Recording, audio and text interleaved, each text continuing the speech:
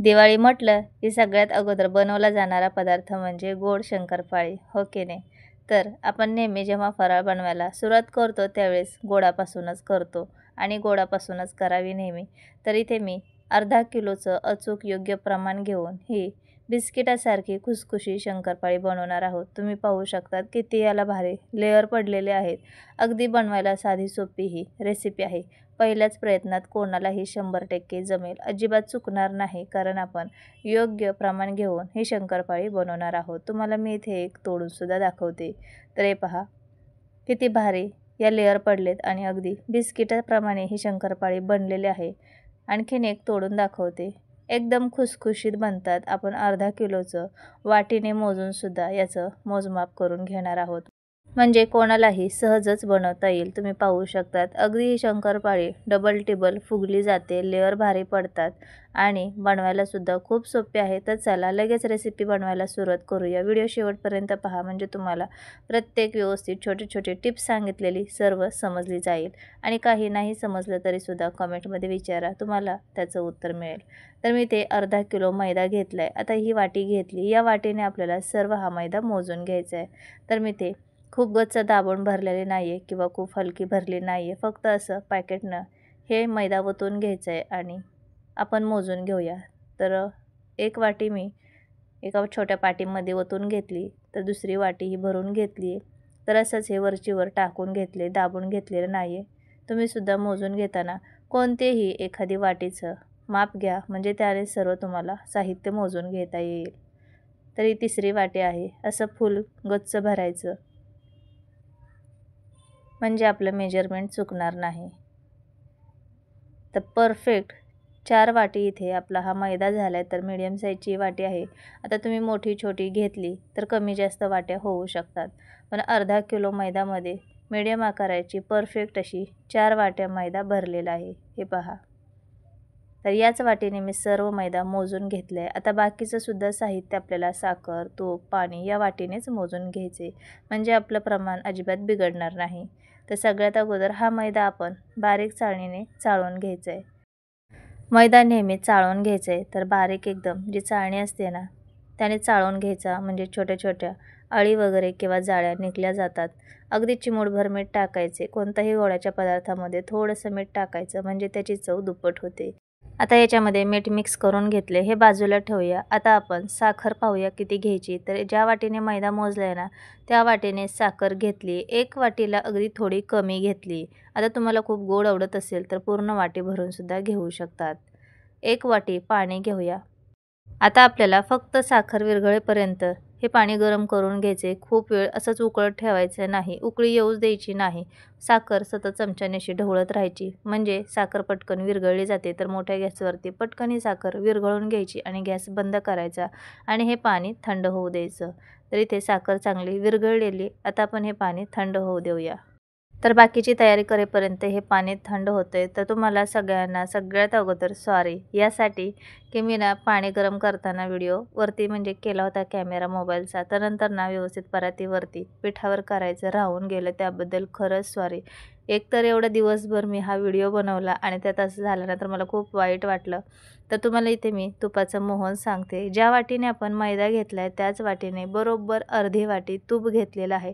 तर प्लीज थोडं समजून घ्या आणि हे कडकडीत मोहन या मैद्यावरती टाकून घ्यायचे. तर मी अर्धं करून टाकलं, म्हणजे पातेल्यामध्ये कडकडीत धूर निघेपर्यंत हे तूप गरम करून घेतलं आणि अगोदर अर्धं टाकलं, उलटण्याने मिक्स केलं आणि लगेचच गरम असतानाच राहिलेले सुद्धा सर्व तूप टाकून घेतले. सगळ्यात अगोदर उलटण्याने हलवून घ्यायचं मैद्यामध्ये तूप, कारण खूप गरम असतं, त्यामुळे हाताला पोळण्याची शक्यता आहे. आणि थोड्या वेळाने मग हाताने हे सर्व तूप म्हणजे मोहन या मैद्याला लावून घ्यायचे. तर तेवढं प्लीज तुम्ही समजून घ्या. मला खूप खरंच वाईट वाटलं. एवढं मेहनतीने आपण व्हिडिओ बनवतो आणि असं काहीतरी थोड्यासाठी मिस्टेक झाली ना, तर खूप जीवाला लागते. तर त्यासाठीच मी तुम्हाला सॉरी म्हटले. तर इथे पाहू शकतात व्यवस्थित आपण हे मोहन मैद्याला चोळून घेतले आणि मैदा आता चांगला एकजीव झालेला आहे. तूप आणि मैदासुद्धा याचं मोहन परफेक्ट बसलेलं आहे. हाताने असं दाबून पाहिलं तर व्यवस्थित याची मूठ बनते पहा, अशी याची मूठ व्हायला हवी. एवढं आपल्याला हे तूप अगदी मोजून मापून टाकायचे. खूप जास्तही व्हायला नको आणि कमी व्हायला नको. तर पाणी थंड झाले. आता हे पाणी ना आपल्याला गरम हाताला लागता कामा नये असं हे पाणी थंड होऊ द्यायचे आणि मगच हे पीठ मळून घ्यायचे. थोडं थोडं पाणी टाकून आपण हे पीठ मळून घेऊया. तर आपण जसं गव्हाचं पीठ मळतो तसं जोर देऊन अजिबात हे पीठ मळायचं नाही. फक्त याला एकत्र करत जायचे. तर लागेल तसं पाणी टाकायचे आणि या पिठाचा आता आपण एक गोळा तयार करून घ्यायचे. फक्त थोडं थोडं पाणी टाकायचं आणि हे पीठ एकत्र करत राहायचं. हे पहा. तसं तर शंकरपाळी बनवायला खूप सोपी आहे. फक्त मेजरमेंट बरोबर घेतलं तर कोणालाही सहजच ही शंकरपाळी बनवता येईल. नवशिक्यांसाठी सुद्धा हा व्हिडिओ खूप फायदेशीर होईल.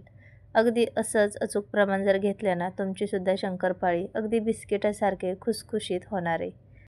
तर लागेल तेवढं पाणी आपण टाकून हे पीठ मळून घेतले. तर पीठ पातळ करायचं नाही, मिडियमच ठेवायचे.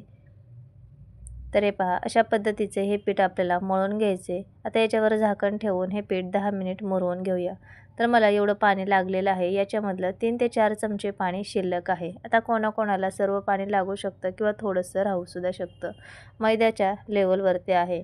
तर हे पहा, 10 मिनिट हे पीठ असंच ठेवलेलं आणि आपण साखरेचं पाणी वापरल्यामुळे हे पीठ पातळ होत नाही तर आणखीन घट्टच होत जातं. तर हे पहा, अशा पद्धतीने परत एकदा याला थोडंसं मऊ करून घेऊया आणि लगेच शंकरपाळी बनवण्यासाठी घेऊया. तर मोठा असा पिठाचा गोळा घ्यायचा आहे. आता आपण हे लाटून घेऊया. तर शंकरपाळीला लेअर पाडण्यासाठी मी तुम्हाला एक ट्रिक सांगणार आहे. तर थोडंसं हातावरती असं चपटं करून घेऊया म्हणजे आपल्याला सहज लाटता येईल आणि कोरडं पीठ लावण्याची सुद्धा गरज पडत नाही. एवढं परफेक्ट हे पीठ मळलं जातं. तर आता हे लाटून घेऊया आणि लाटताना खूप पातळ लाटायचं नाही, मीडियमच याची जाडी ठेवायची आहे. तर हे पहा, अशा पद्धतीने जाडी ठेवली आहे. असं हे लाटून घ्यायचे. आता तुम्हाला ट्रिक सांगते. तर याच्या दोन्ही बाजू अशा दुमडवून घ्यायच्या आणि जी बाजूच्या साईड आहेत त्यासुद्धा अशा एकावर एक दुमडून घ्यायच्या. तर अशा पद्धतीने बनवल्या ना शंकरपाळ्या तर खूप साऱ्या लेयर्स पडतात. आता हे लाटून घेऊया. तर यामुळेच शंकरपाळीला बिस्किटासारखे खुसखुशीतपणा येतो, मऊ होतात आणि लेयरसुद्धा खूप चांगल्या प्रकारे पडतात. तर हे लाटून घेऊया. तुम्हाला जर अजूनच याच्या लेयर भरपूर पाडायच्या असतील तर परत एकदा हे असं दुमडून घेऊ शकता, जसं की व्हिडिओत दाखवलं आहे त्या पद्धतीने. आणि परत एकदा हे लाटून मग शंकरपाळ्या कापूनसुद्धा करू शकतात. मी इथे 2दा असं केलेलं आहे. तुम्ही एकदा केलं आणि शंकरपाळ्या कापून घेतल्या तरी चालेल. मी डबल केले. हे पहा. तर मी 2दा याला दुमडवून घेतले. आता हे लाटून याच्या शंकरपाळ्या करून घेऊया. तुम्हाला जसं दाखवलं त्याप्रमाणे तुम्ही एकदा दुमडवून या शंकरपाळ्या बनवून घेऊ शकतात किंवा डबल ती प्रोसेस करून सुद्धा करू शकतात. जसं तुम्हाला आवडेल तसं बनवू शकतात. पण एक ट्रिक खूप भारी आहे. एकदम छान याला शंकरपाळीला पदर सुटतात. तर आता आपण कट करून घेऊया. तर मी इथे चाकूने या शंकरपाळ्या कापून घेते. तुम्हाला हवं त्या आकारामध्ये लहान मोठ्या कापून घेऊ शकतात. खूप मोठे नाही आणि खूप लहानही नाही. मी मीडियम आकारामध्ये या शंकरपाळ्या कट करून घेते बॉक्स टाईपमध्ये. हवं तर तुम्ही अगोदर साईडच्या कडा कट करून घेऊ शकतात.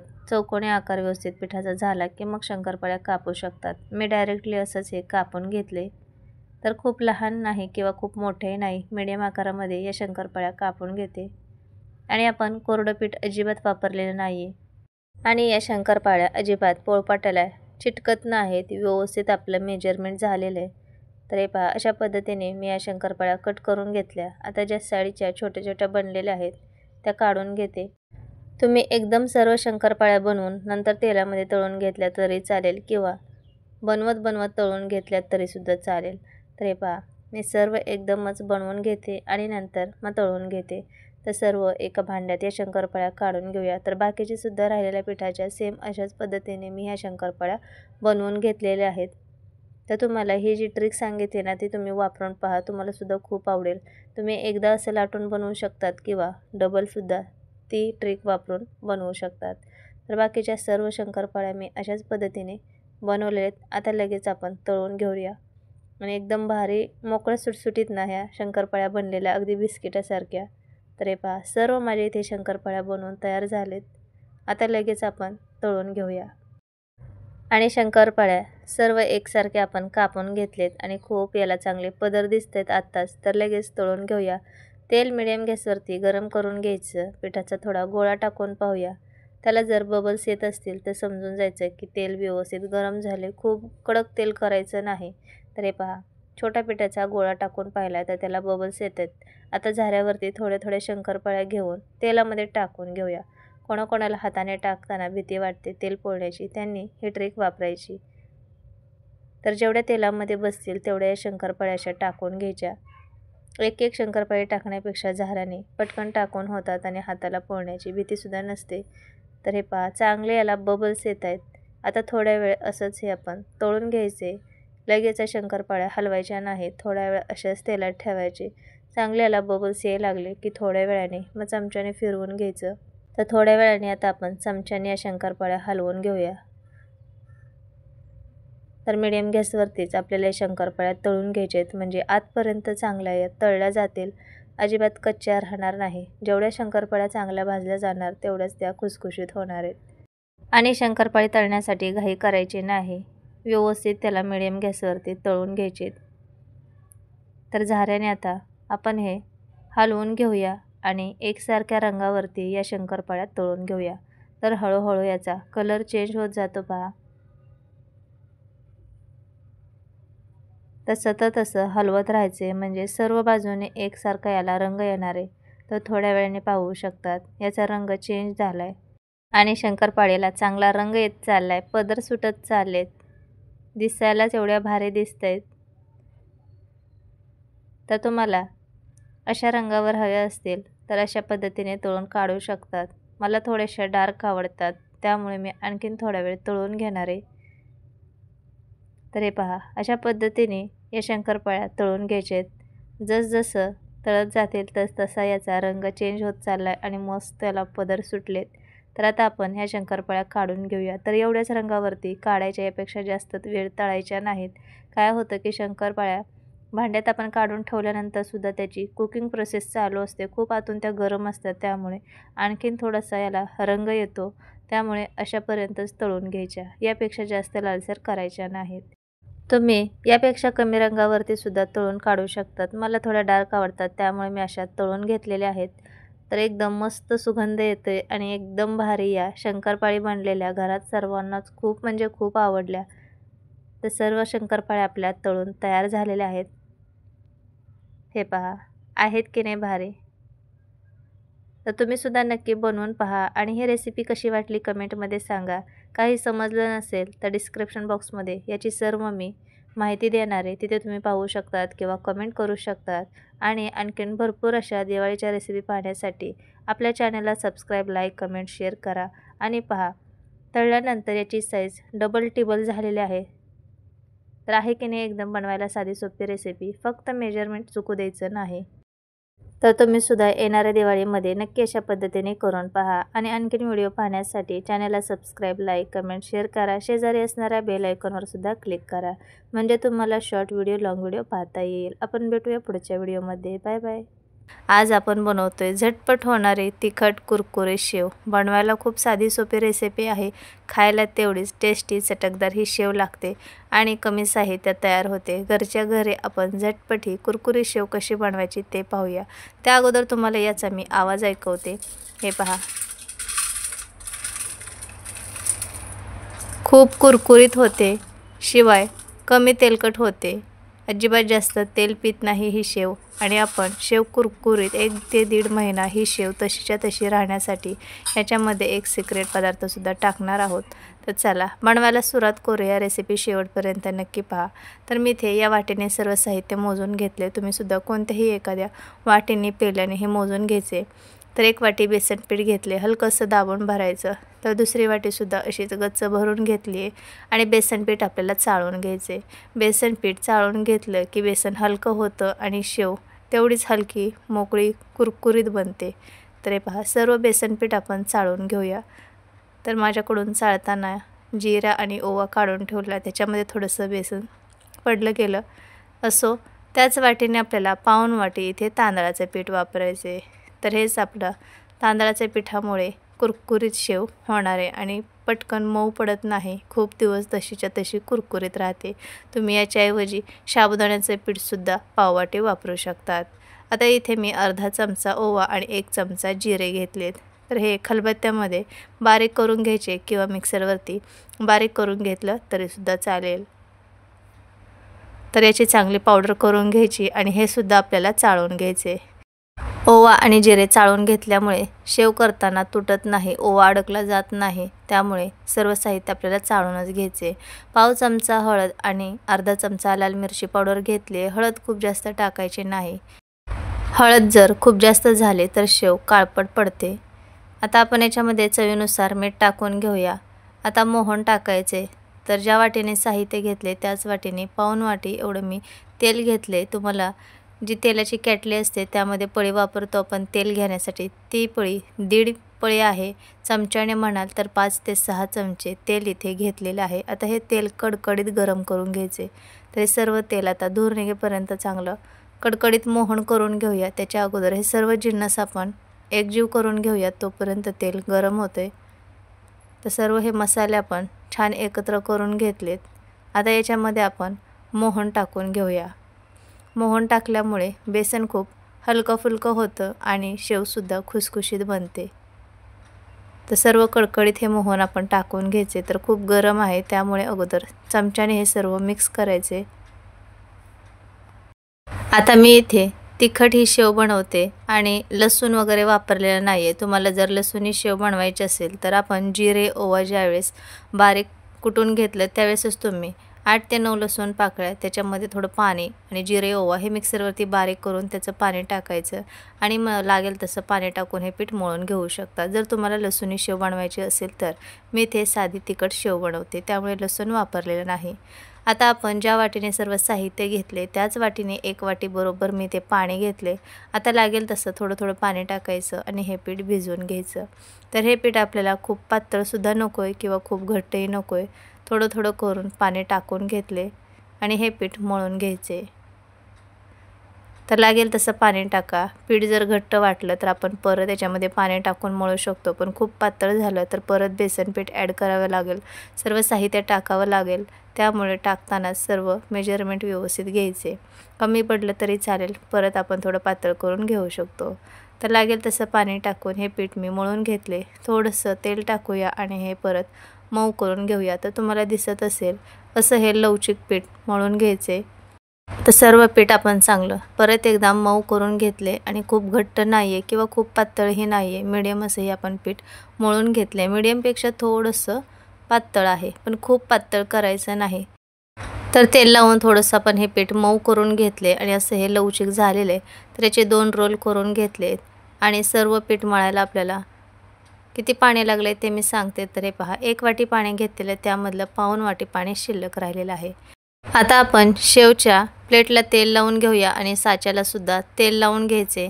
तर जेवढं मावेल तेवढं साच्यामध्ये हे पीठ भरून घ्यायचे। तर जेवढं बसेल तेवढं हे पीठ भरून घेतले। आता आपण लगेचच शेव पाडायला घेऊया। त्यासाठी तेलसुद्धा गरम करायला ठेवायचं एकीकडे आणि मग पीठ भरायला घ्यायचं, तोपर्यंत तेलसुद्धा गरम होतं। तर तेल खूप कडकडीत गरम करायचं नाही, मिडियम गॅसवरतीच हे तेल गरम करून घ्यायचे। थोडंसं पिठाचं मिश्रण टाकून पाहायचं, लगेच जर ते वरती आलं तर समजून जायचं तेल व्यवस्थित तापलेलं आहे आणि गॅस मिडियमच ठेवायचा। आता गोल गोल फिरवून जसं जमेल तसं शेव पाडून घ्यायची। असं नाही की गोल पडायला पाहिजे किंवा कशी, फक्त व्यवस्थित तेलामध्ये पडायला हवे। तर जसं शक्य होईल तशा पद्धतीने हे शेव पाडून घ्यायची, कारण काय होतं की तेलाची वाफ लागते, त्यामुळे आपल्याला व्यवस्थित शेव पाडता येत नाही। पण इट्स ओके, शेव शेवटी आपण बारीक करूनच खाणार आहोत। जमलेस तर गोल फिरवायची, तेलाची वाफ लागते त्यामुळे आपला हात पटकन तेलापासून वर येतो, त्यामुळे थोडंसं इकडे तिकडे होतं तर चालून जातं। तर अशा पद्धतीने ही शेव आपण तेलात टाकून घेतली आणि तळताना एक साईडने पूर्णाचे बबल्स कमी झाले की पलटी करायची आणि दुसऱ्या साईडने सुद्धा सेम तशीच तळून घ्यायची। तर आता आणखीन एक मी इथे बनवून घेते। तर मला ना ही शेवचं पीठ थोडंसं घट्ट वाटते, तर मी इथे 2दा हे फिरवून घेतलं, 2दा शेव करून घेतली। तर मी हे पीठ थोडंसं पातळ करून घेते। शेव तशी तर खूप छान झाली, पण घट्ट थोडंसं वाटते, त्यामुळे मी थोडंसं मिश्रण पातळ करणार आहे। तर हे पहा, एकदम ही सुद्धा शेव कुरकुरीत बनली आहे। तर अशा पद्धतीने आपण 2 राऊंड इथे शेवचे बनवून घेतलेत, खूप छान झाली आहे।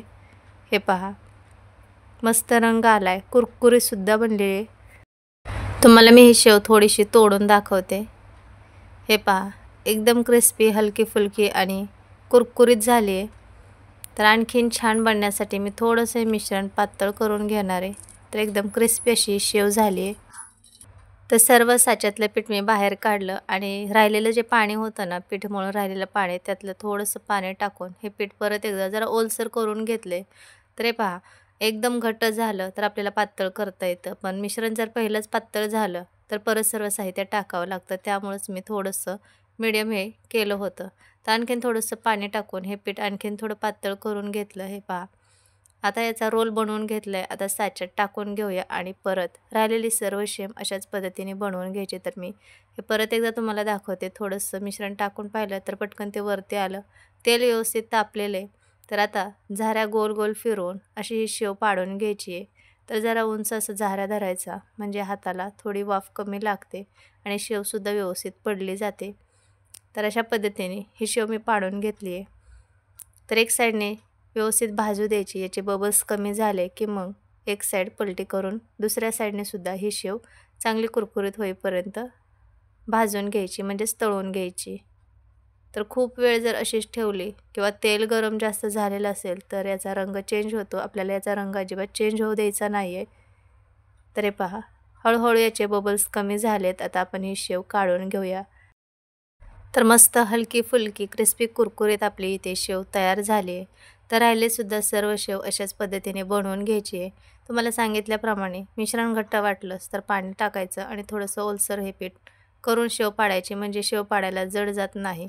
आणि खूप पातळ झालं तर थोडंसं बेसन आणि परत बाकीचं थोडं साहित्य टाकून व्यवस्थित हे पीठ मळून शेव पाडून घ्यायची. अजिबात बिघडत नाही, व्यवस्थित परफेक्ट जमते. तळायची सुद्धा. बबल्स येईपर्यंत, बबल्स कमी झाले की शेव काढून घ्यायची. अलटीपलटी करून दोन्ही साईडने चांगली कुरकुरीत होईपर्यंत तळून घ्यायची. तर राहिलेले सुद्धा सर्व शेव मी अशीच तळून घेतली आहे. दिसते आणि एकदम भारी आणि खूप म्हणजे खूप कुरकुरीत झाली आहे. तुम्हाला तर मी तोडून दाखवली आहे. तर झटपट आपली तिखट शेव बनवून तयार आहे आणि बनवायला सुद्धा खूप सोपे आहे. तर नक्की येणाऱ्या दिवाळीमध्ये तुम्ही सुद्धा अशी झटपट होणारी तिखट शेव बनवून पहा. तर कशी वाटली तुम्हाला ही रेसिपी नक्की कमेंटमध्ये सांगा. माझ्या रेसिपी पाहायला आवडत असतील तर चॅनलला सबस्क्राईब, लाईक, कमेंट, शेअर करा. आपण भेटूया पुढच्या अशा साध्या, सोप्या आणि भन्नाट रेसिपीमध्ये.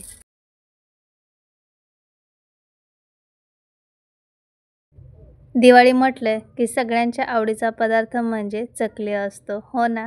तर सर्वांनाच फार फार तर चकली आणि चिवडा आवडतो.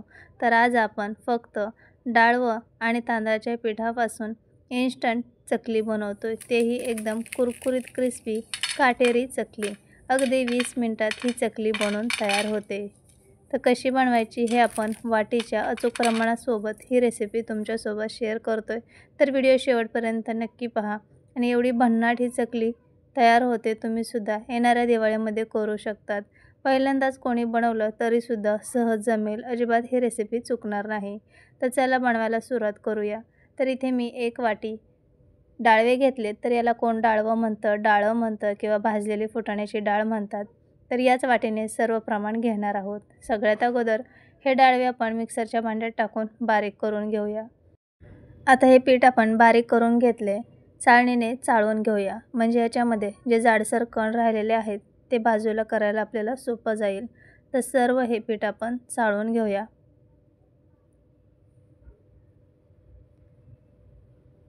तर चाळणीच्या मदतीने हे पीठ असं आपण चाळून घेतलेलं आहे आणि हे पहा, अशा पद्धतीने याच्यामध्ये जे जाडसर कण राहिलेत ते आपण बाजूला काढलेले आहेत.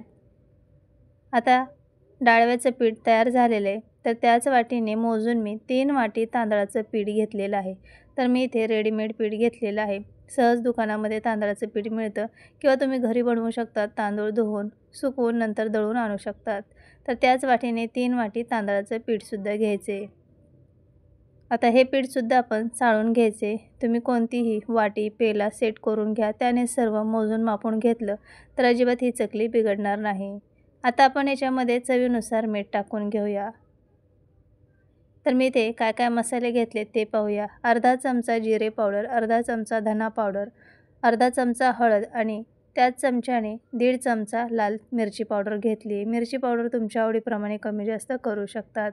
तर पोहे खायच्या चमच्याने हे सर्व जिन्नस मोजून घेतलेत. 2 चमचे पांढरे तीळ टाकून घ्यायचे आणि 1 चमचा ओवा घेतलाय. ओवा हातावरती असा चोळून टाकायचा. तर ओवा आवर्जून चकलीमध्ये टाकायचा. खूप छान चकली लागते. ओव्याशिवाय चकलीला मजा नाही. तर ओवा चोळून टाकला, याचा स्वाद खूप छान लागतो. आता हे सर्व जिन्नस अगोदर आपण मिक्स करून घेऊया. आणि हो, याच्यामध्ये तुम्ही थोडंसं हिंगसुद्धा टाकू शकतात, पाव चमचा एवढं. तर मी हिंग टाकलेलं नाही आहे, तुम्ही टाकू शकता तुम्हाला आवडत असेल तर. आता हे सर्व जिन्नस हाताने अगोदर मिक्स करून घेऊया. ते सर्व मसाले, मीठ सर्व पिठामध्ये चोळून घेऊया. सर्व साहित्य मिक्स करून झाले. आता आपल्याला तेल घ्यायचे मोहनसाठी. तर इथे त्याच वाटीने मी पाव वाटी एवढं तेल घेतले. तर बरोबर एवढं तेल घ्यायचे आपल्याला. आता हे तेल कडकडीत गरम करून हे मोहन पिठामध्ये टाकून घेऊया. तर तेल चांगलं कडकडीत गरम करून घ्यायचे आणि पिठात टाकायचे. तेल खूप गरम आहे, त्यामुळे अगोदर आपण चमच्याने हे सर्व मिक्स करून घ्यायचे आणि नंतर हाताने मिक्स करायचे. तर कडकडीत मोहन टाकल्यामुळे चकली अगदी मोकळी हलकी-फुलकी होते आणि खुसखुशीत होण्यास मदत होते. तर अगोदर आपण चमच्याने मिक्स करून घेतले.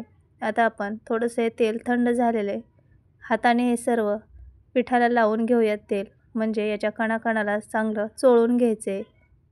तर सर्व चांगलं साहित्य एकजीव होईपर्यंत हे पीठ, तेल मिक्स करून घेऊया.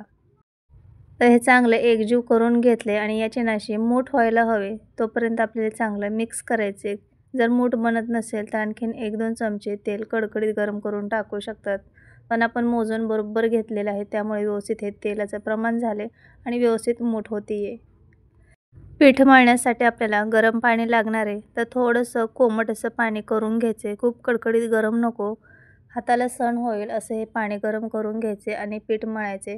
तर मी इथे 1 ग्लास भरून एवढं पाणी घेतले. आता थोडं-थोडं पाणी टाकून हे पीठ मळून घेऊया. पाण्याचं काही प्रमाण नाही आहे, तरी पण मी 1 ग्लास एवढं भरून घेतले. तुम्हाला पुढे सांगेन किती पाणी लागलेलं आहे. तर लागेल तसं पाणी टाकूया आणि हे पीठ मळून घेऊया. एकदम पाणी टाकायचं नाही, नाहीतर हे मिश्रण खूप ओलसर होईल. आपल्याला पीठ घट्टसरच ठेवायचे. बऱ्याच वेळेस असं होतं की चकली तेलामध्ये विरघळते किंवा चकली बनवताना तुटते. तर इथे आपण पीठ व्यवस्थित मळलं ना तर अजिबात चकली तुटत नाही किंवा तेलामध्ये विरघळत नाही. त्यामुळे मोजमाप व्यवस्थित घ्यायचे. प्रमाण परफेक्ट झालं तर अजिबात चकली बिघडणार नाही.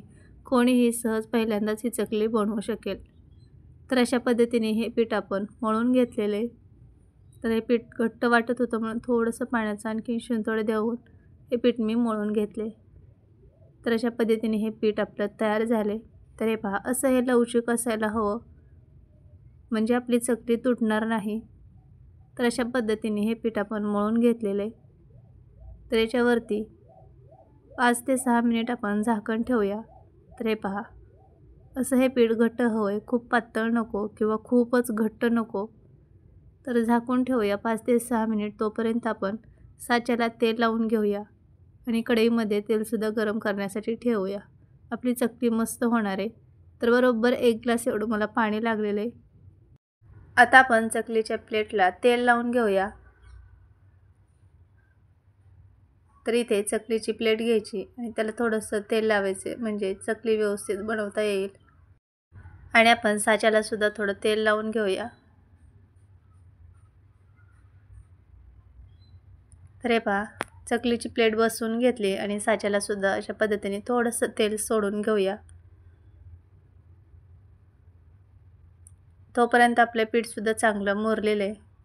आता लगेच आपण चकली बनवायला घेऊया. तर जास्त वेळ ठेवायचं नाही आहे, लगेच बनवलं तरी चालेल. आपण इन्स्टंट चकली बनवतो आहे, त्यामुळे मुरत नाही, ठेवलं तरी चालेल.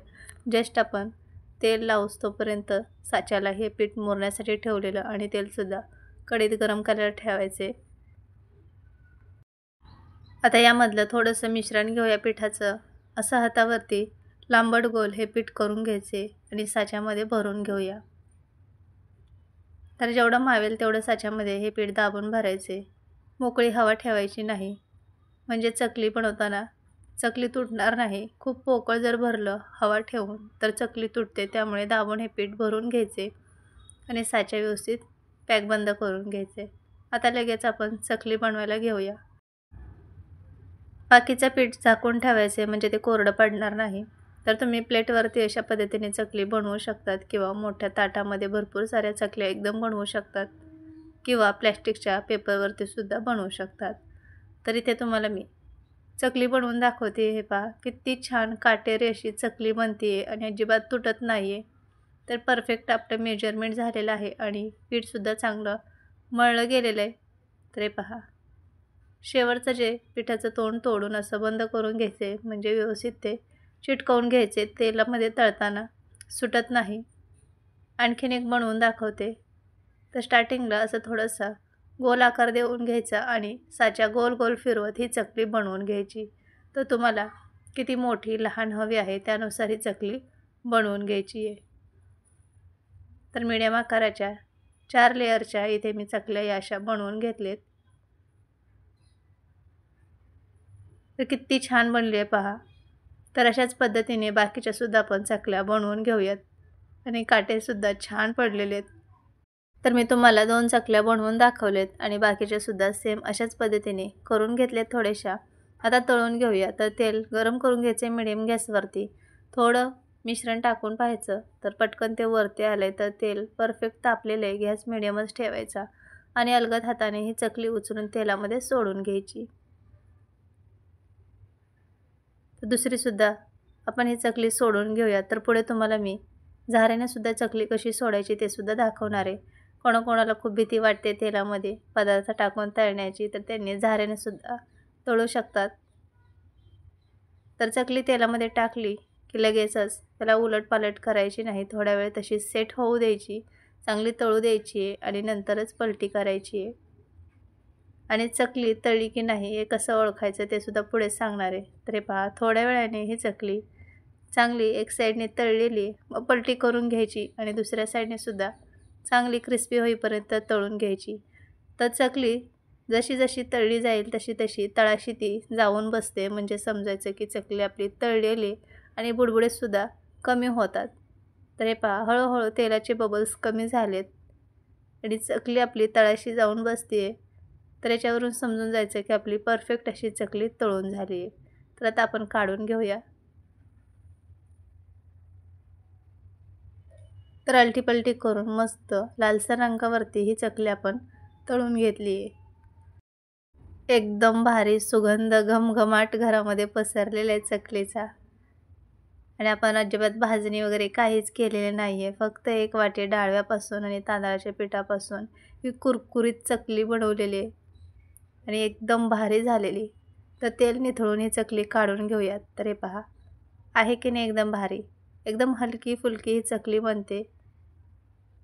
तर राहिलेल्या सुद्धा तेलामधल्या या चकल्या आपण काढून घेऊयात आणि बाकीच्या सुद्धा सेम अशाच पद्धतीने या चकल्या बनवून घ्यायच्या आहेत। तर झटपट आपण चकली तळून घेतली आहे, मस्त रंग आलाय, काटे सुद्धा छान पडलेले आहेत चकलीला।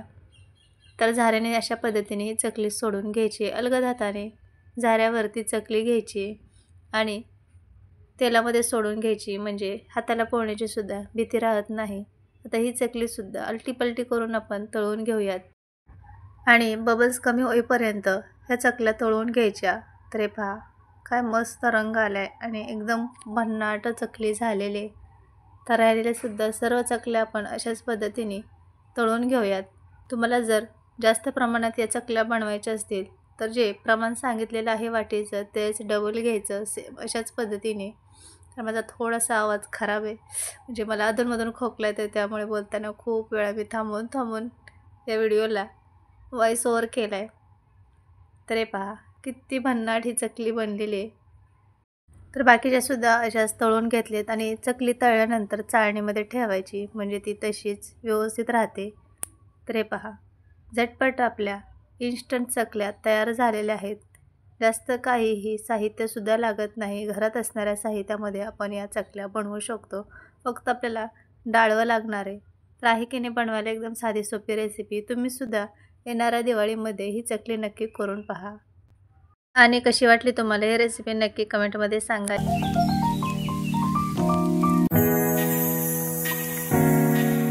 आज आपण बनवतोय गुलाबजाम, ते पण एकदम इन्स्टंट, ते म्हणजे गिट्सचे इन्स्टंट गुलाबजाम बनवायला खूप सोपे आहेत आणि फक्त 3 स्टेपमध्ये हे गुलाबजाम बनवून तयार होतात। तर कसे बनवायचे ते आपण पुढे पाहणार आहोत। त्याच्या अगोदर तुम्हाला सांगायचे की कालसुद्धा आपण एक रेसिपी अपलोड केली, ती म्हणजे बिस्किटासारखी खमंग खुसखुशी शंकरपाळीची। तर तुम्ही रेसिपी पाहिली नसेल तर ॲक्टिव्ह पूजा सर्च करून पाहू शकतात। तर चला गुलाबजाम बनवायला सुरुवात करूया। तर मी इथे गिट्सचे हे पॅकेट घेतले, इन्स्टंट मिक्स गुलाबजामुन बनवणार आहोत। याच्यामध्ये 40 गुलाबजाम तयार होतात आणि फक्त 3 स्टेपमध्ये बनवायला आहेत। सोपे आहेत खूप। त्याची सर्व कृती साहित्य पाठीमागे दिलेलं आहे आणि 200 ग्रॅमचे हे पॅकेट आहे। तर काय काय साहित्य लागणार आहे ते पाहूया। तर सगळ्यात अगोदर आपण पाक करून घेऊया। त्यासाठी मी इथे 1.5 वाटी साखर टाकून घेतली आहे भांड्यामध्ये। आता आपण इथे 1.5 वाटी पाणी टाकूया। आपल्याला हा पाक फक्त चिकट बनवायचा, एक तार असं येईपर्यंत बनवायचा नाही। साखर विरघळल्यानंतर फक्त 3-4 मिनिट परत पाक हा शिजवून घ्यायचा आहे। तेल कसं असतं ना तशा पद्धतीचा हा पाक बनवायचा आहे। तर पूर्ण साखर विरघळलेले आणि तुम्हाला मी दाखवते जवळून, हे पहा अगदी तेलासारखं हे चिकट बनलेलं आहे, एकदम असं चिकट झालं हे पहा। असाच एवढा पाक शिजवून घ्यायचा, याच्यापेक्षा जास्त शिजवायचा नाही, नाहीतर मग साखर बनते। हे पहा जवळून दाखवते, असा चिकट तेलासारखा हा पाक आपल्याला बनवून घ्यायचा आहे। तर परफेक्ट असा आपला स्टिकी पाक तयार झालेला आहे। पाक आता बाजूला ठेवूया आणि गुलाबजाम बनवायला घेऊया। आता सगळ्यात अगोदर आपण गिट्सचं हे जे मिश्रण आहे ते ताटामध्ये काढून घेऊया। तर दूध किती लागणार आहे ते मी पुढे तुम्हाला सांगणार आहे। तर मी आता इथे 1 पेला एवढं दूध घेतले। रूम टेम्परेचरचं दूध घ्यायचे, गरम किंवा थंड नाही, साधं नॉर्मल दूध घ्यायचे आणि थोडं थोडं टाकून हे पीठ आपल्याला मळून घ्यायचे। तर खूप जास्त जोर लावायचं नाही, फक्त हे पीठ एकत्र करत जायचे, थोडं थोडं दूध टाकायचे। पेल्याने आपण 1 पेला घेतला आहे, पण आपल्याला एवढं सगळं लागणार नाही, खूप थोडं दूध लागतं। तर पॅकेटवरती दिलेलं आहे 100 ते 120 मिली एवढं तुम्ही पाणी किंवा दूध वापरू शकतात।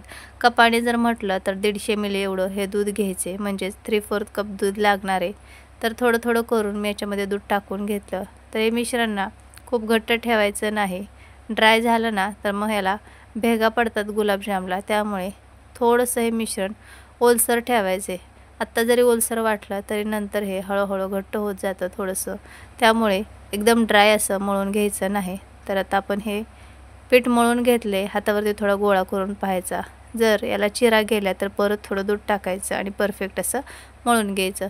तर थोड्याशा क्रॅक जात होत्या, मला हे पीठ थोडंसं ड्राय वाटत होतं म्हणून मी आणखीन 2 चमचे दूध याच्यामध्ये टाकून घेतले आणि परत एकदा हे मिश्रण आपण मळून घेऊया। तर अशा पद्धतीने हे मिश्रण मळून घ्यायचे। तर याचे ना परफेक्ट 40 गुलाबजाम तयार होतात। आता तुम्ही छोटे मोठे जर बनवले तर कमी जास्त होऊ शकतात। तर ताटाले चिकटलेले सुद्धा काढून घेऊया आणि परफेक्ट असं हे पीठ आपण मळून घेतले आणि खूप कमी वेळात हे झटपट गुलाबजाम तयार होतात। घाई गडबडीमध्ये किंवा फंक्शन काही असेल तर त्यावेळेस तुम्ही इन्स्टंट असे गुलाबजाम बनवू शकतात। तर परफेक्ट असं आपण मिश्रण हे बनवून घेतले गुलाबजामचं। हातावरती थोडंसं मिश्रण घेऊन गोल असं फिरवून घ्यायचं आणि इथे पहा अजिबात त्याला क्रॅक गेला नाही, मऊसूद असा याचा गोळा तयार झाला आहे आणि गोल असा आकार देऊन घ्यायचा। तुम्हाला छोटे मोठे जसे गुलाबजाम बनवायचे तसे बनवू शकतात। तर मी आणखीन एक बनवून दाखवते।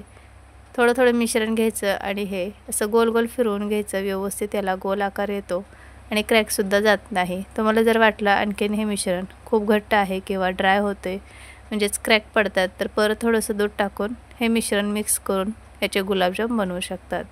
तर अगदी परफेक्ट असं आपलं मिश्रण तयार झालं आहे, अजिबात क्रॅक जात नाहीत। राहिलेले सुद्धा सर्व गुलाबजाम आपण असेच बनवून घेऊया। तर बाकीचे सुद्धा सर्व गुलाबजाम आपण असेच बनवून घेऊया। तर मी आता एवढे बनवून घेतलेत आणि ते सर्व मिश्रण बनवण्यासाठी ना मला पाऊण पेला एवढं दूध लागलेलं आहे। पाऊण पेला परफेक्ट एवढं दूध लागले। तर आता आपण जेवढे गुलाबजाम बनवून घेतलेत तेवढे तळून घेऊया आणि गरम लगेच आपण पाकामध्ये ते गुलाबजाम टाकून घ्यायचे। तर थोडंसं मिश्रण टाकून पाहायचं, तर याला चांगले बबल्स येतात, म्हणजे आपलं तेल हलकंसं गरम झालेलं आहे। आता याच्यामध्ये एक एक करून हे गुलाबजामचे गोळे सोडून घ्यायचे। तर इथे मी मिडियम आकाराचे असे हे गुलाबजामचे गोळे केले। तेलामध्ये टाकल्यानंतर हे फुगतात आणि पाकामध्ये टाकल्यावर ते आणखीन फुलून येतात, त्यामुळे बनवताना छोटे छोटे जरा बनवायचे। मी इथे मीडियम असे बनवलेत, त्यामुळे थोडे मोठे झालेले आहेत, तुम्हाला जसे आवडतात तसे तुम्ही बनवू शकता। थोड्या वेळानंतर हे गुलाबजाम हलवून घ्यायचेत आणि सर्व बाजूने चांगले तळून घ्यायचेत। तर माझी कढई थोडीशी पातळ आहे, त्यामुळे लगेचच हे तळाशी थोडंसं लागल्यासारखं झालं आहे, पण जसजसा गुलाबजामला कलर येत जाईल तसतसं त्यामध्ये ते मिक्स होऊन जाईल। तर हलक्या हाताने हे हलवत राहायचे आणि सर्व बाजूंनी हे गुलाबजाम चांगले लालसर रंगावरती तळून घ्यायचे। आपले सर्व गुलाबजाम किती बनले ते मी पुढे तुम्हाला सांगणार आहे। तर हे पहा, हळूहळू याचा रंग चेंज होत चाललाय आणि तुम्हाला डार्क फिकट जशा रंगावरती आवडतात तशा पद्धतीने हे गुलाबजाम तळून घ्यायचे। तर इथे मी छान असे ब्राऊन हे तळून घेतलेत। पाकामध्ये टाकले की आणखीनच थोडेसे याचा कलर चेंज होतो, त्यामुळे असे लालसर होईपर्यंत तळून घ्यायचे आणि मस्त असे याला रंग आलाय। आता आपण हे गुलाबजाम काढून घेऊया आणि पाकामध्ये टाकूया। तर पाकामध्ये जेव्हा गुलाबजाम टाकणार त्यावेळेस पाक हलकासा गरम असायला हवा, म्हणजे पाक ना गुलाबजामच्या आतपर्यंत चांगला मुरला जातो। तर मी आता एवढे बनवून घेतलेत आणि मस्त हे पाकात टाकून द्यायचे। तर अर्ध्या तासामध्ये हे गुलाबजाम तयार होतात, व्यवस्थित परफेक्ट बनतात। तर बाकीचे सुद्धा सेम अशाच पद्धतीने राहिलेले गुलाबजाम आपण बनवून घेऊया आणि लगेचच हा पाक ना गुलाबजामच्या आतमध्ये शिरायला सुरुवात होते। मस्त असे ज्यूसी हे गुलाबजाम बनतात। तर हे आता आपण बाजूला ठेवून देऊया। तर कलर किती छान आलाय पहा, एकदम मस्त दिसतायत।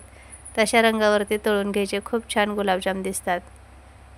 तर बाकीचे सुद्धा मी असेच बनवून घेतले। तेलामध्ये जेवढे बसतील तेवढेच टाकायचे, खूप जास्त टाकायचे नाही। तर मी इथे ना मीडियम असे म्हणजे मोठे मोठे गुलाबजाम बनवून घेतलेत। तुम्ही लहान लहान बनवले ना तर परफेक्ट 40 बनतात, पण मी मोठे बनवलेले त्यामुळे कमी बनलेत। तर हे पहा, मी ना एक एक बनवत टाकलं, त्यामुळे थोडेसे तळलेले आहेत, थोडे आणखीन फिकट आहेत। तर बनवत एक एक असं सोडून घेतलं। तर हे सुद्धा असेच छान लालसर होईपर्यंत तळून घेऊया आणि पाकामध्ये टाकूया। तर राहिलेले सर्व गुलाबजाम मी असेच तळून पाकामध्ये टाकून घेतलेले आणि अर्धा तास पाकामध्ये मुरू दिलेत। तर सर्व पाक मुरलेला आहे आणि मस्त गुलाबजाम तयार झालेत। किती छान दिसतायत पहा आणि मस्त रंग आलाय आणि एक सुद्धा क्रॅक गेलेला नाहीये। आणि तुम्हाला सांगितल्याप्रमाणे अगदी सहज सोपे आहेत बनवायला। फक्त याच्यामध्ये 3 स्टेप आहेत। आपल्याला याच्यामध्ये काही जास्त मेहनत सुद्धा नाहीये। दूध टाकून हे पीठ मिक्स करून घ्यायचं, त्यानंतर तळून घ्यायचे आणि पाकात टाकायचे। झटपट आपले इन्स्टंट गिट्सचे गुलाबजाम तयार होतात। एकदम भारी मस्त असे गुलाबजाम झालेले, तुम्ही सुद्धा नक्की बनवा। तर तुम्हाला मी ते पाकासंदर्भात थोडंसं सांगते। तर मी 1.5 वाटी साखर आणि 1.5 वाटी पाणी घेतलेलं, तर तेवढा पाक कमी पडला। मी नंतर आणखीन 1 वाटी साखर आणि 1 वाटी पाणी टाकून परत डबल पाक करून घेतला। तर पाक बनवतानाच जास्त बनवा, म्हणजे परत परत बनवावा लागणार नाही, त्यामुळे पाक जरा जास्त बनवा। आणि आपले गुलाबजाम एकूण इथे 28 झालेले। तर तुम्ही जर अगदी छोटे छोटे बनवले, म्हणजे जसं पॅकेटवर दाखवतात त्याप्रमाणे जर बनवले तर परफेक्ट 40 बनतील, पण मी इथे मोठे बनवले त्यामुळे 28 हे गुलाबजाम तयार झालेले। आपल्या गुलाबजामच्या साईजवर आहे, कमी जास्त मिश्रण घेतो ना त्यावरती ते गुलाबजाम बनणार आहेत। तर अशा पद्धतीने ही गुलाबजामची रेसिपी आपण बनवलेली आहे। कशी वाटली तुम्हाला नक्की कमेंटमध्ये सांगा। माझ्या रेसिपी पाहायला आवडत असतील तर चॅनलला सबस्क्राईब, लाईक, कमेंट, शेअर करा, म्हणजे तुम्हाला शॉर्ट व्हिडिओ, लॉंग व्हिडिओ पाहता येतील। आणि अर्धा किलो मैद्याची बिस्किटासारखी खमंग खुसखुशीत शंकरपाळीची रेसिपी बनवली आहे, त्याची लिंक मी या व्हिडिओच्या डिस्क्रिप्शन बॉक्समध्ये देणार आहे, तुम्ही नक्की पहा। Bye bye.